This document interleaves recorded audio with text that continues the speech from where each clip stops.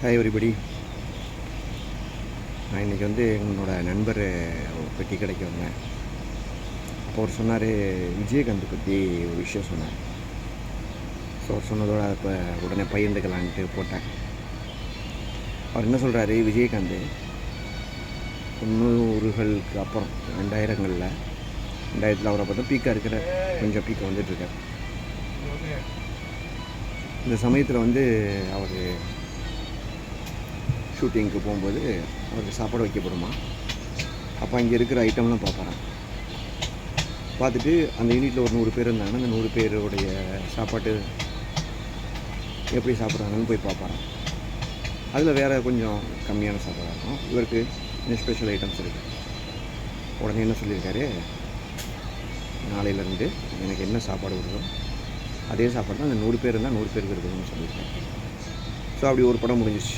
அடுத்த படத்துக்கும் அதே கண்டிஷன் போட்டிருக்காரு. அப்போ ஒருத்தர் ப்ரொடக்ஷன் மேனேஜர் சொல்லியிருக்காரு, சார் பட்ஜெட் ரொம்ப எகிருது, தயாரிப்பாளர்கிட்ட போய் பேச முடியல, நம்ம மொத்த யூனிட்டு முடிகிறதுக்குள்ளே ஒரு 3 லட்ச ரூபா செலவாகிடுது. அப்படியா, பரவாயில்ல, அதை அப்படியே கன்டினியூ பண்ணுங்கள், என்னோடய சம்பளத்துலேருந்து அந்த 3 லட்ச ரூபாயை கழிச்சுக்க சொல்லுங்கள் அப்படின்னு சொன்னது மட்டும் இல்லாமல் டெய்லி சாப்பிட்றதுக்கு முன்னாடி அந்த யூனிட்டை செக் பண்ணுற வேலையும் செய்கிறாரு.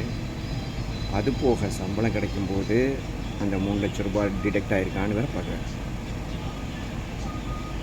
அவர் ஒன்றும் அப்போது கோடிக்கணக்கான சம்பளத்தை தொட்டிருக்க மாட்டார், லட்சங்களில் தான் இருப்பார்.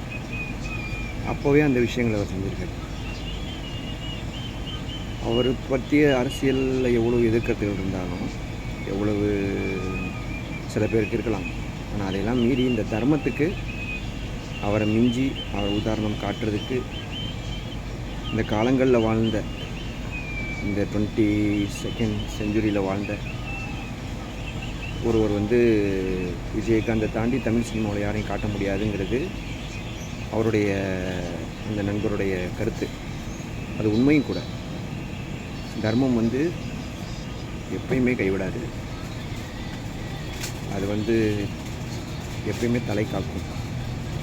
ஸோ நம்மள்கிட்ட இருப்பதை கொண்டு நாம் திருப்தி அடைவது மட்டும் இல்லாமல் அடுத்தவர்களுக்கும் கொடுத்து உதவுவோம். It's me Asif signing off. Bye.